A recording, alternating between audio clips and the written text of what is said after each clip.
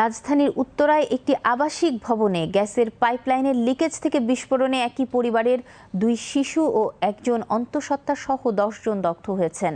তাদের উদ্ধার করে হাসপাতালে ভর্তি করা হয়েছে। শুক্রবার ভোরে উত্তরার কামারপাড়া এলাকার 10 নম্বর সেক্টরের একটি ভবনে এ ঘটনা ঘটে। দগ্ধদের জাতীয় বার্ন ও প্লাস্টিক সার্জারি ইনস্টিটিউটে ভর্তি করা হয়েছে। সংশ্লিষ্ট সূত্রে জানা গেছে, কামারপাড়ার 10 নম্বর সেক্টরের কবরস্থান রোডের মেম্বার বাড়ির পাশে আবুল কালামের মালিকানাধীন ভবনের 2য় তলায় বিস্ফোরণের ঘটনাটি ঘটে। ওই বাসায় পরিবার নিয়ে থাকেন রাইড শেয়ারিং চালক রুবেল। তার চাচাতো ভাই এনায়েত আলী দুবাই থেকে দেশে এসে গ্রাম থেকে পরিবার সহ বেড়াতে এসেছিলেন। তাদের বাড়ি মাদারীপুরের শিবচর উপজেলায়। একই ভবনের 4 তলায় থাকা স্বজন সাজেদ মাতব্বর জানান, ভোরে বিকট শব্দ শুনে নিচে নেমে দেখেন নিচতলা ও 2য় তলার দেয়াল ভেঙে গেছে।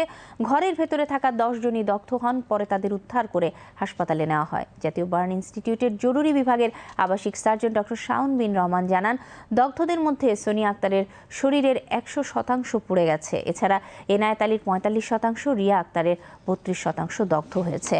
তিনি আরও জানান, যাদের শরীরের দগ্ধের পরিমাণ বেশি তাদের নিবিড় পরিচর্যা কেন্দ্র আইসিইউতে নেওয়া হয়েছে।